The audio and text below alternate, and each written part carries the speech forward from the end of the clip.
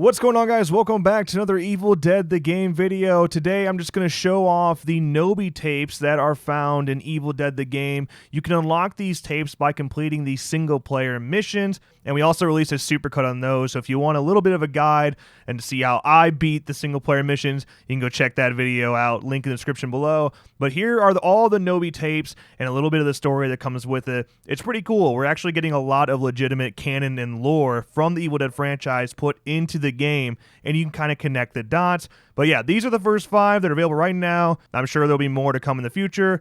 But yeah, with that out of the way, take a listen to the KNOWBY tapes.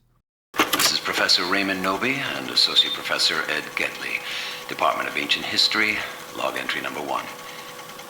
Here at Castle Kandar with my wife Henrietta and daughter Annie, I believe we have made several astounding finds.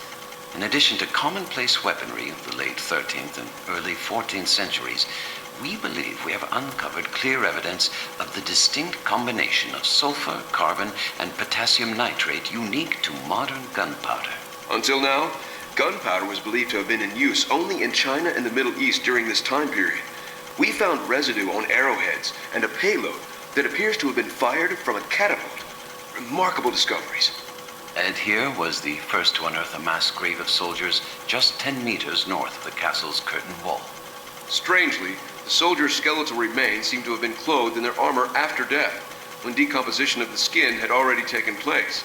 Spirits and expectations are high, as the 4 of us plan to explore the castle's rear chamber tomorrow. This is Annie Knowby at the ruins of Castle Kandar.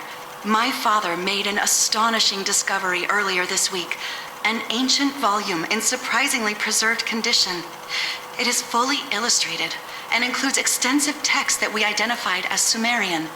This would place the date of the book's writing sometime between 3100 and 2500 BCE, thousands of years before the construction of the castle itself, and most likely in southern Mesopotamia.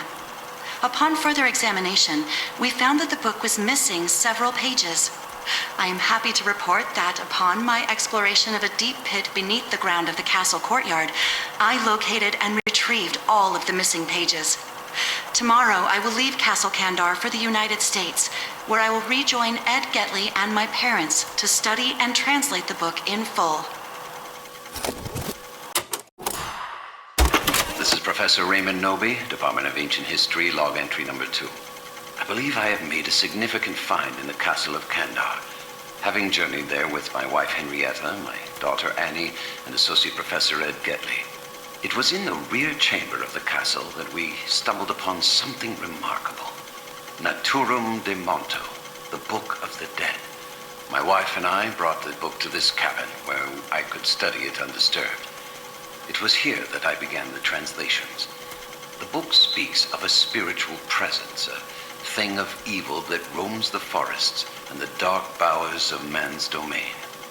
It is through the recitation of the book's passages that this dark spirit is given license to possess the living. Repeated here are the phonetic pronunciations of those passages. Kanda, Estrata, Amantos.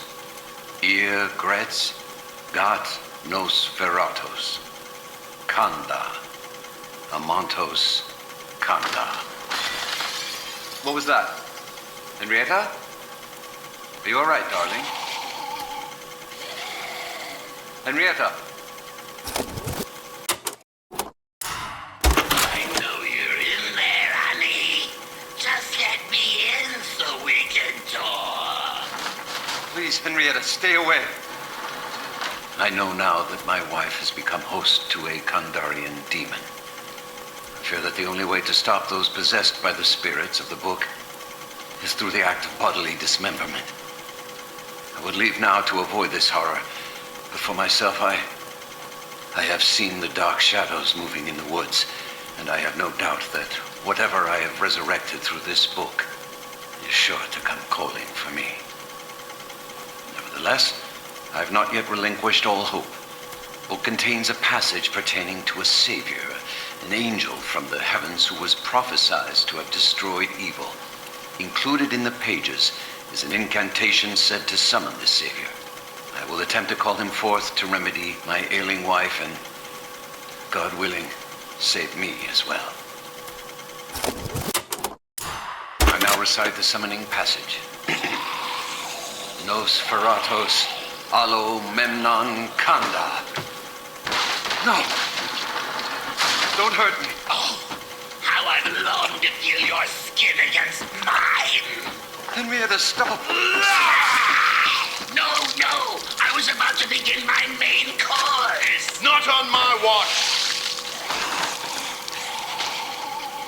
She was my wife. That creature was not your wife, but is a deadite.